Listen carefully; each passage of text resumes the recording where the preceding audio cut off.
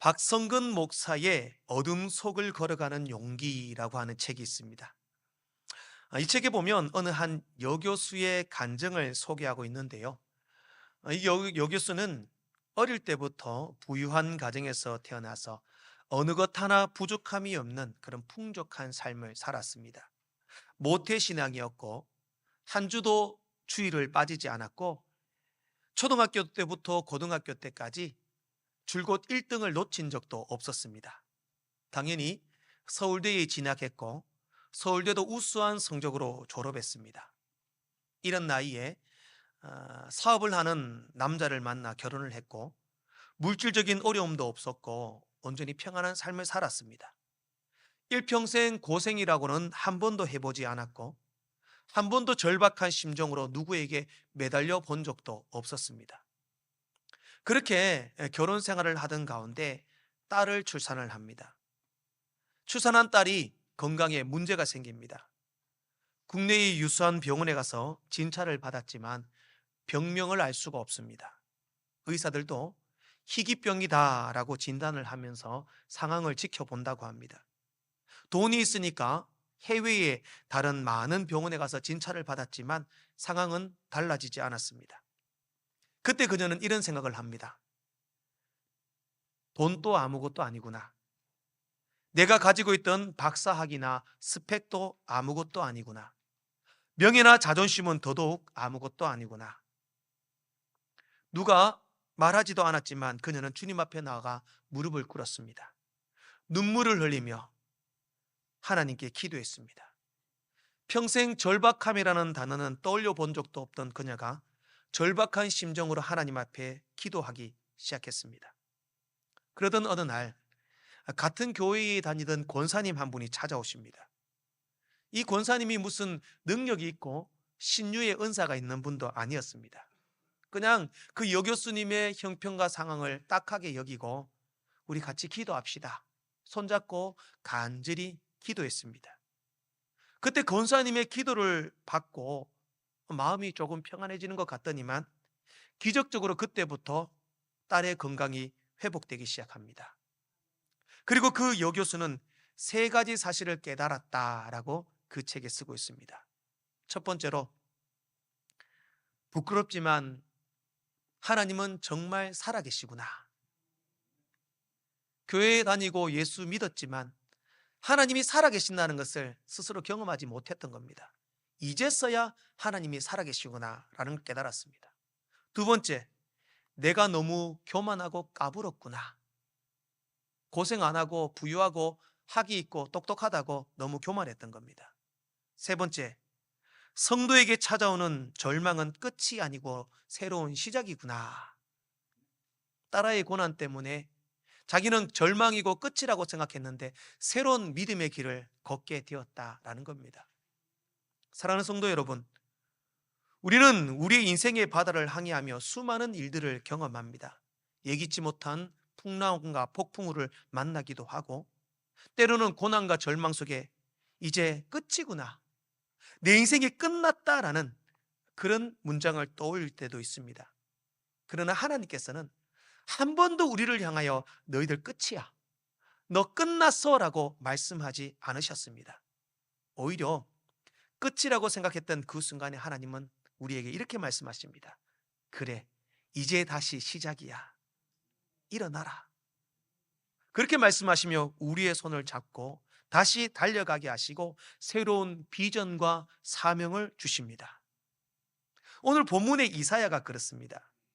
오늘 본문은 이사야의 소명장입니다. 본문 1절 말씀을 보면 시기적으로 우시야 왕이 죽던 해라고 말씀합니다. 우시야 왕은 유대의 10번째 왕으로 15살 때 왕으로 등극하여서 56년간 남유다를 다스린 훌륭한 왕입니다. 우리는 이스라엘의 훌륭한 왕이라고 하면 다윗과 솔로몬을 꼽을 수밖에 없습니다. 그러나 실제적으로 이스라엘을 가장 강력한 나라로 만들었던 왕이 우시야 왕입니다. 역사적으로 이스라엘이 가장 넓은 영토를 가졌을 때가 우시야 왕이 다스릴 때였고 끊임없이 이스라엘을 괴롭히던 바벨론과 암몬과 같은 나라들을 완전히 정복하고 그 나라들로부터 조공을 바치게 했던 왕입니다. 우시아는 그런 대내외적인 것, 어, 내외, 대외적인 것 외에도 내외적인 것도 정말 큰 힘을 썼습니다. 정치, 경제, 사회, 문화 모든 부분에 이스라엘이 발전하게 했고, 특히 저수지를 만들어서 백성들에게 물을 공급하는 그런 사업을 하기도 했습니다. 문학을 좋아했고 백성들에게 가장 사랑받는 왕 중에 한 명이 우시아 왕이었습니다. 자, 여러분도 잘 알다시피 그랬던 우시아가 한 가지 실수를 하게 됩니다. 역대하 26장에 보면 우시아가 너무 잘 나가니까 나 이렇게 위대한 왕이야, 내가 이렇게 나라를 잘 다스려, 내가 이렇게 나라가 부강하게 되었어, 그러니까 교만한 마음이 생깁니다. 그래서 너무 그 교만이 과해서 오직 제사장만이 성전에 들어가서 분향할 수 있는 분향단에 내가 분향하겠다, 그렇게 억지로 분향을 하려다가 이마에 나병이 발하여 평생 죽는 날까지 나병 환자로 별궁에 거하게 됩니다. 말이 별궁에 거했다라고 하지만 죽을 때까지 그냥 별궁에 가둬둔 거죠. 그리고 죽어서도 모든 왕들이 묻히는 왕의 묘실에 들어가지도 못했습니다. 저주받은 나병 환자다 이래가지고 그 왕들이 묻히는 무덤 옆에다가 묻힙니다. 자, 그 우시아 왕이 죽던 해에 이사야가 소명을 받습니다. 그럼 이사야와 우시아가 무슨 관계가 있느냐? 이사야서 1장 1절 말씀을 보면 이사야를 소개하는 내용이 뭐냐? 이사야를 아모스의 아들이다 이렇게 말씀합니다. 아모스는 누구냐? 아모스는 바로 유다의 9대 왕이었던 아마샤의 형제입니다. 아마샤와 아모스가 형제고 아마샤의 아들이 우시아고 아모스의 아들이 이사야입니다. 그러면 우시아 왕과 이사야는 사촌지간입니다. 이해가 되셨죠? 자, 사촌이 왕이면 어떻겠습니까? 그냥 그 왕도 평범한 왕도 아닙니다. 역사상 이스라엘을 가장 붕황하게 만들었고 백성들에게 최고의 인기를 누리던 왕이 우시아 왕입니다. 이사야는 그 우시아 왕과 사촌지간입니다. 엄청난 백그라운드가 있는 거죠. 믿을 구석이 있는 거죠. 그런데 그 믿을 구석, 그 백그라운드가 죽었다라는 겁니다. 그리고 오늘 본문 말씀이 시작됩니다. 내가 바라고 내가 의지하고 나의 뒷배경이 되어줬던 왕이 사라졌습니다. 환경과 배경이 사라졌습니다. 지금까지 붙들고 있던 모든 것들이 의미가 없게 되었습니다. 이사야의 생각으로는 나도 끝났구나, 내 힘과 내 권력과 내 할 일도 끝났구나, 세상적인 기준에서는 끝이라고 느껴졌을 겁니다. 그러나 하나님께서는 오늘 그 이사야에게 새로운 사명을 주시며 이사야야, 너 끝 아니야, 다시 시작해, 내가 너에게 새로운 사명을 주마, 이렇게 말씀하고 있습니다. 오늘은 말씀을 통하여 우리가 생각하는 세상적인 기준에서의 끝은 하나님의 기준에서의 끝이 아니라 다시 시작이라는 사실을 깨닫고 2025년도를 아름답게 잘 마무리하고 2026년도를 준비하며 새롭게 시작하며 달려갈 수 있는 여러분 되시기를 주의 이름으로 축복합니다. 첫 번째로, 하나님을 다시 만나면 시작할 수 있습니다. 본문 1절 말씀입니다. 우시아 왕이 죽던 해에 내가 본즉 주께서 높이 들린 보좌에 앉으셨는데 그의 옷자락은 성전에 가득하였고 라고 말씀합니다. 여기서 이사야가 보았다, 내가 본즉 주께서 높이 들린 보좌에 앉았다, 이사야가 봤다는 겁니다. 여기서 봤다라고 하는, 본즉이라고 하는 히브리어 와야르라는 단어는요, 우리가 눈으로 봤다, 그냥 눈으로 그냥 보았다 이런 뜻이 아닙니다. 이 와야르라는 뜻은 체험했다, 경험했다라는 의미입니다. 즉 이사야는 지금까지 성전이다, 제사다, 하나님이다, 추상적으로 하나님을 보고 하나님을 믿었던 겁니다. 그런데 이제 우시아가 죽고 나서 환상 속에 하나님이 찾아오셨는데, 그때 이사야는 비로소 하나님을 체험했다, 하나님을 경험했다, 하나님을 만났다라는 겁니다. 그 이사야가 본 환상이 어떤 환상입니까? 2절과 3절 말씀에 보면 보좌가 높이 들렸고 그 보좌에 주님이 앉으셨습니다. 그리고 좌우에 스랍들이 모시고 섰습니다. 스랍이라면 천사라고 생각하시면 됩니다. 근데 그 천사들에게 날개가 6개가 있습니다. 두 날개는 눈을 가리고, 두 날개로는 발을 가리고, 두 날개로는 날고 있습니다. 자, 두 날개로 얼굴을 가렸다. 이것은 바로 하나님을 경외한다는 표현입니다. 가장 가까이에서 하나님을 섬기는 천사들조차도 하나님을 얼굴로 대면하여 바로 볼 수 없는 그런 모습입니다. 얼굴을 들지 못하는 거죠. 날개로 그 얼굴을 가려서 하나님을 경외합니다라는 의미입니다. 그리고 또 두 날개로는 발을 가렸습니다. 발을 가린다는 것은요, 자신의 존재가 무가치한 존재다는 것을 의미합니다. 발은 더러운 것을 밟고 모든 악한 것도 가고 죄 짓는 장소도 가고 모든 것을 다니는 곳이 발입니다. 그러면 하나님 앞에 그 발을 가렸다는 것은, 하나님, 나는 이렇게 미약한 존재입니다. 나는 아무것도 아닙니다. 나는 이렇게 보잘것없는 존재입니다. 이런 뜻입니다. 그리고 두 날개는 날고 있습니다. 난다는 것은요, 하나님의 말씀에 언제든 순종하겠습니다. 가라면 가겠습니다. 하나님 옆에 있겠습니다. 이런 의미입니다. 그리고 그 천사들이 거룩하다 거룩하다 만군의 여호와여, 그의 영광이 온 땅에 충만하도다, 이렇게 찬양을 하고 있습니다. 지금까지 이사야는 예배하고 제사하고 봉사하고 믿는 사람의 도리로서 다 할 건 다 했습니다. 그런데 정작 자신이 의지하고 바라보던 동경의 대상 우시아가 죽자, 그때야 비로소 하나님을 만나고 경험하게 됩니다. 그때 하나님 곁에 있던 천사들을 보며 깨닫습니다. 감히 나는 하나님 앞에 고개조차 들 수 없는 비천한 인간이구나. 나는 하나님 앞에 아무것도 아니구나. 나는 말씀에 순종할 수밖에 없는 존재구나. 이 사실을 깨닫습니다. 여기에 대해서 맥스 루케이도는, 이사야는 지금까지 추상적인 하나님에서 실제적인 하나님을 만났다, 이렇게 쓰고 있습니다. 자기가 믿고 의지할 대상이 사라지고 나니까 이제 제대로 하나님 만나는 겁니다. 그 하나님이 얼마나 위대하고 살아계시고 얼마나 우리 가운데 크게 역사하시는 분인지 그때야 깨닫게 되더라라는 겁니다. 카일 아이들먼은 나의 끝 예수의 시작이라고 하는 책에서 이렇게 씁니다. 하나님의 나라는 내 잔고가 0일 때 시작된다.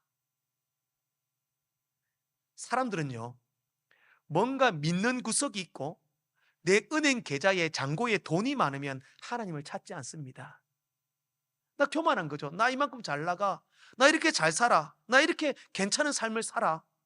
하나님을 만날 수가 없습니다. 그러나 내 계좌에, 내 은행에 잔고가 영원히 되면 비로소 그때 하나님 찾고 부르짖고 무릎 꿇고 울부짖고 하나님을 찾게 됩니다. 세상의 기준에서는 내 잔고가 영원히 되면 절망입니다. 끝입니다. 그렇지 않습니까? 그러나 하나님의 입장에서는 잔고가 영원일 때 그때부터 비로소 시작되는 줄로 믿습니다. 탤런트 송재호 씨를 잘 아실 것입니다. 서울 오륜교회를 섬기시다가 2020년도 소천을 하셨는데요. 원래 이분은 청년 때부터 주머니마다 부적을 넣어 다니는 불교 신자 미신을 믿는 사람이었다고 합니다. 교회 다니는 사람을 만나면 부정탄다, 이렇게 생각하시며 기독교인들은 가까이 하지도 않았다고 합니다. 그런데 연기 생활을 하면서도 정말 많은 빚을 지고 생활고에 시달리다가 3번이나 자살을 시도했던 적도 있었다고 합니다. 그러다가 지인의 끈질긴 기도로 신앙의 길을 걷기 시작합니다. 예수 믿는다고 다 좋아지는 것은 아니었습니다. 2001년도에 사랑하는 막내 아들을 교통사고로 잃게 됩니다. 너무나 충격이었고 죽을 만큼 힘들고 괴로웠습니다. 그러나 그때 그는 이렇게 고백합니다. 나는 그때 진정으로 하나님을 만나게 되었고 비로소 예수님이 값없이 주신 은혜가 무엇인지 깨닫게 되었다. 이렇게 간증을 합니다. 사랑하는 성도 여러분, 오늘 우리에게 잔고가 영원이라는 것은요, 은행 잔고만을 말하는 것은 아닙니다.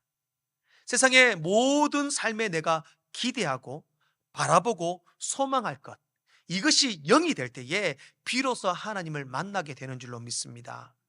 비로소 하나님은 전지전능하시고 모든 생사화복을 주관하시고 지금도 살아계신 하나님을 그때야 만나고 체험하게 된다라는 겁니다. 그때 비로소 우리의 삶은 새롭게 시작될 줄로 믿습니다. 두 번째로, 내 죄가 보이고 다시 시작할 수 있습니다. 우리 5절 말씀을 같이 함께 읽어보겠습니다. 5절을 함께 읽겠습니다. 시작.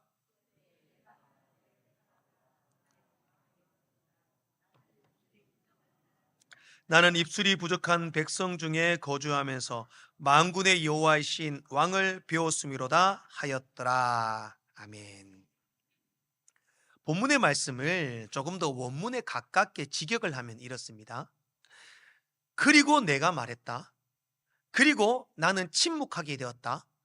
나는 입술이 부정한 백성들 가운데 있었다. 왜냐하면 나의 눈들이 왕을 보았기 때문이다. 좀 더 쉽게 풀어서 설명을 하면 이렇습니다. 나는 지금까지 잘하고 있는 줄 알았다. 늘 예배하고 기도하고 나는 정말 믿음이 좋은 줄 알았다. 그런데 진짜 하나님을 보고 나니 나도 똑같더라. 나도 부정한 백성들과 다를 바가 없더라. 그래서 나는 할 말이 없었고 충격을 받아 침묵하게 되었다. 이런 의미입니다.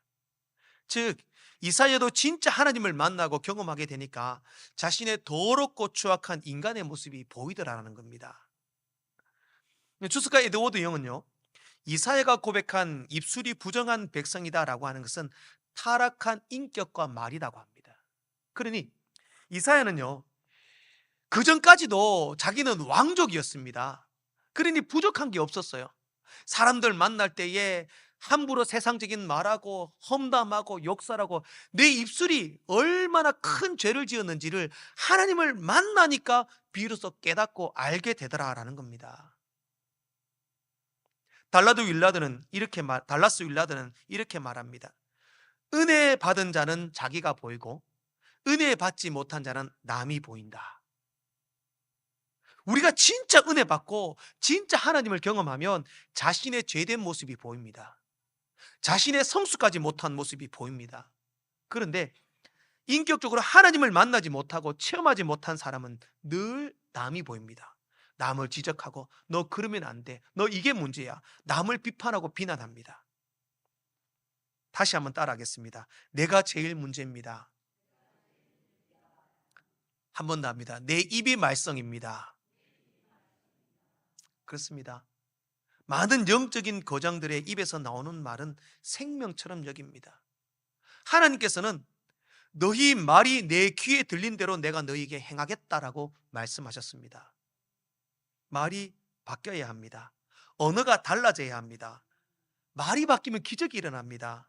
세속적이고 부정적인 말이 긍정적인 말, 거룩한 말로 바뀌어져야 합니다. 그래서 달라스 윌라드는 또 이렇게 말합니다. 모든 그리스도인들은 자신에 대해서 긍정으로 말하라. 왜? 하나님이 책임지시기 때문이다. 그렇습니다. 우리가 어떤 말을 하든 부정적이고 비판적이고 안 좋은 말 하기보다는 좋은 말 하라는 겁니다. 왜? 하나님께서 책임지신다라는 겁니다. 아침에 딱 일어나서 거울을 보실 때 이렇게 외치십시오. 거울을 보시면서 아니 어떻게 이렇게 완벽한 외모가 있을 수 있을까? 자기 자신을 보고 외치십시오. 왜? 누가 책임지신다고? 하나님 책임지십니다. 주부들 식사를 딱 차려놓고 뭐라고 말합니까? 남편에게 자녀들에게 밥 무라 그러지 마시고 오늘 여러분들을 위하여 예술작품을 준비했습니다. 그러면 그 음식이 예술작품이 됩니다. 할 수 있는 한 최고로 좋은 말, 긍정적인 말을 하시기 바랍니다. 아직 다가오지 않은 미래, 환경, 삶에 대해서 긍정적으로 말하시길 바랍니다. 왜? 하나님이 역사하시고 하나님이 책임지십니다. 그렇게 자신의 추악함과 입술의 범죄함을 깨달은 이사야는요, 내가 평생 하나님 믿고 제사하고 예배드렸지만 하나님 만나고 나니까 내 입술이 죄구나, 내가 부정한 백성이구나, 내가 죄인이구나, 이 사실을 깨닫게 되는 겁니다. 그때 6절과 7절 말씀해 보면 하나님의 천사가 날아와서 부젓가락으로 제단의 숯을 집어와 이사야의 입술에 댑니다. 그리고 천사가 말합니다. 네 죄가 사여졌느니라.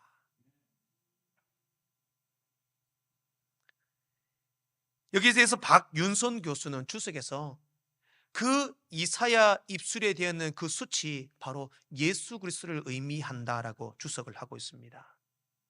오늘 우리 가운데 수많은 죄악과 입술의 죄와 행위의 죄, 삶의 죄가 있습니다. 그러면 우리는 끊임없이 주님 앞에 나와 우리의 모습을 드러내야 합니다. 그리고 하나님을 만나는 순간 나의 죄가 보이게 됩니다. 그러면 그 예수 그리스도 앞에 내 죄를 고백하고 주님이 내 죄를 사하시고 끊임없이 용서하시고 위로하시는 주님을 통하여 우리는 새롭게 시작할 수 있다라는 겁니다. 사랑하는 성도 여러분, 혹시 나는 나의 죄와 나의 잘못된 모습이 보이기보다는 다른 사람의 잘못이 더 크게 보입니까? 늘 다른 사람을 지적하고 비난하고 그 사람을 고치기 위한 말을 많이 합니까? 너 이렇게 해야 돼, 너 이렇게 해야 돼, 너 이렇게 달라져야 돼.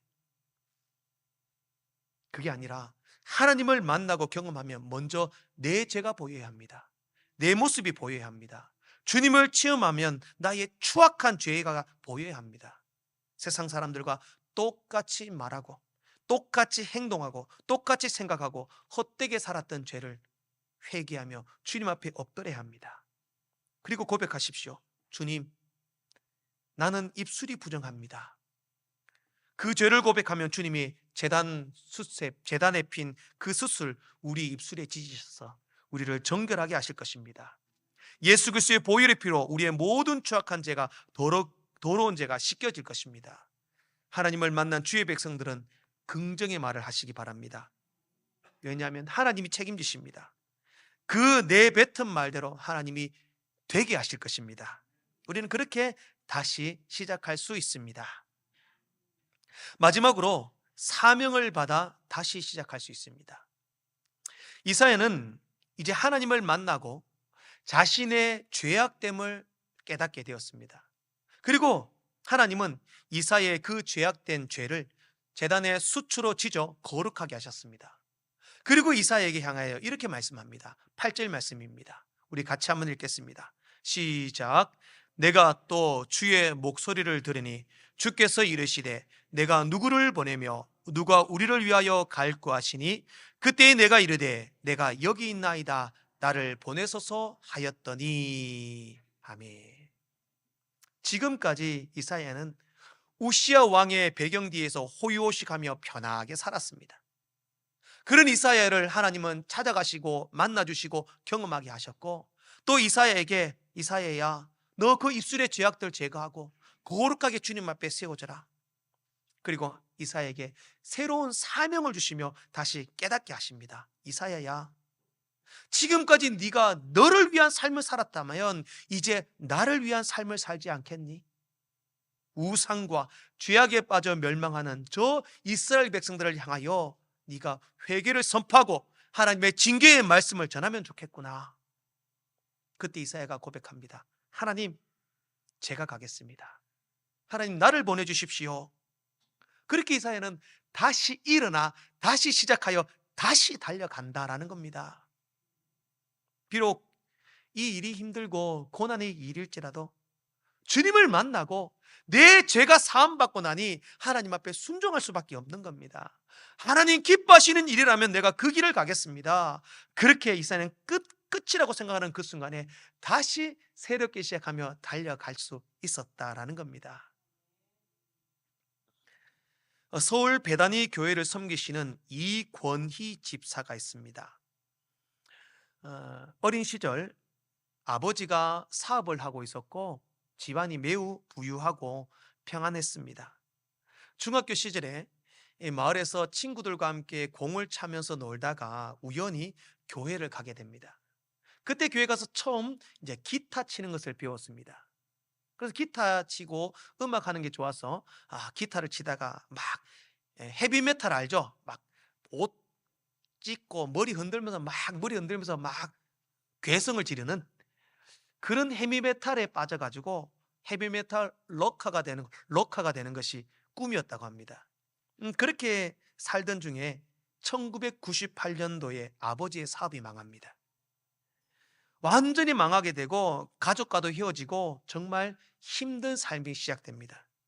낮에는 편의점에서 아르바이트를 하고 밤에는 찹쌀떡을 팔고 틈틈이 곡을 쓰고 아직까지 음악을 놓지 않았어요. 헤비메탈 가수가 되겠다는 그 꿈을 포기하지 않고 열심히 그렇게 삽니다. 그런데 그 음악이라는 게 쉽지 않습니다. 좀처럼 길은 열리지 않았습니다. 이제 다 포기하고 끝이다라고 생각을 했었습니다. 그러던 어느 날 너무 힘들고 살기가 어려우니까 그래도 교회는 다녔고 신앙이 있으니까 기타를 교회에서 배웠으니까요. 그 당시만 해도 예수 전도단이 화요 모임이라는 이 전도단 모임을 했었습니다. 찬양하고 집회를 했는데 그 예수 전도단 화요 모임에 참석했다가 하나님께 소명을 받습니다. 너는 한 번도 하나님의 이름이 울려 퍼지지 않은 땅으로 가서 거기서 예배해라. 그런 하나님의 음성을 듣습니다. 그리고 내가 주님을 위하여 복음을 전해야겠다. 그런 마음을 품고 있다가 우연히 이제 텔레비전 영상을 보는데 아프리카 이제 선교 동영상 가운데 아프리카 아이들이 막 못 먹어가지고 엄마 품에 안겨가지고 빼짝 말라가지고 죽어가는 모습이었는데 파리가 온 몸에 앉는데 아이가 못 먹으니까 힘이 없으니까 그 파리를 쫓을 만한 기력도 없는 거예요. 그렇게 죽어가는 아이들을 보면서 내가 당장 저곳으로 달려가 저들에게 복음을 전해야겠다. 그런 생각을 하게 됩니다. 그 순간 온몸이 뜨거워졌고 기도를 하게 됩니다. 기도하는데 하나님께서 이 사람에게 환상을 보여주십니다. 하늘에서 눈이 부실 만큼 희고 화려한 옷을 입고 계신 하나님이 보였고 하나님께서 그 불쌍한 사람들을 보면서 그들이 하나님을 모르고 죽어가는 모습을 너무 가슴치며 안타까워하시는 모습이 보였습니다. 그리고 그때 하나님 옆에서 예수님처럼 보이는 또 다른 흰옷을 입고 화려한 분이 하나님 앞에 가서 이렇게 말합니다. 아버지, 험한 산도 괜찮습니다. 바다 끝도 괜찮습니다. 나를 보내주십시오. 그렇게 예수님이 하나님께 그렇게 말씀하시는 장면, 이런 모습을 환상 속에 보게 됩니다. 그리고 하나님과 예수님이 부둥켜 안고 울고 계신 그 모습을 환상으로 보게 됩니다. 그는 그 환상의 순간을 곡으로 썼습니다. 그 찬양곡이 바로 우리가 부르는 사명이라는 찬양입니다. 주님이 홀로 가신 그 길 나도 따라가오. 모든 물과 피를 흘리신 그 길을 나도 가오. 험한 산도 나는 괜찮소. 바다 끝이라도 나는 괜찮소. 죽어가는 저들을 위해 나를 버리길 바라오. 아버지, 나를 보내소서. 나는 달려가겠소. 목숨도 아끼지 않겠소. 나를 보내주오. 그리고 그는 주님을 찬양하는 사역자로 지금도 그 인생을 새롭게 써 내려가고 있습니다. 사랑하는 성도 여러분, 오늘 이사야가 만난 그 하나님을 우리도 만날 수 있기를 축복합니다. 모든 것이 끝이고 절망이고 우리의 통장의 잔고가 영원히 되었을 때에 우리는 비로소 하나님을 다시 만나고 시작할 수 있습니다. 하나님을 만나면 나의 죄된 모습이 보입니다. 다시 한번 긍정으로 내 죄된 모습을 회개하고 주님 앞에 사함받고 믿음으로 다시 시작할 수 있습니다. 우리가 다시 믿음으로 시작할 때에는 하나님께서 새로운 사명을 주며 야, 네가 나를 위하여 가라. 그렇게 우리에게 새로운 사명을 주시며 새롭게 달려가게 하실 것입니다. 오늘도 끝이 아니라 새로운 시작을 믿고 또 2026년도도 새롭게 잘 달려가고 준비해가는 여러분 되시기를 주의 이름으로 축복합니다. 기도하겠습니다.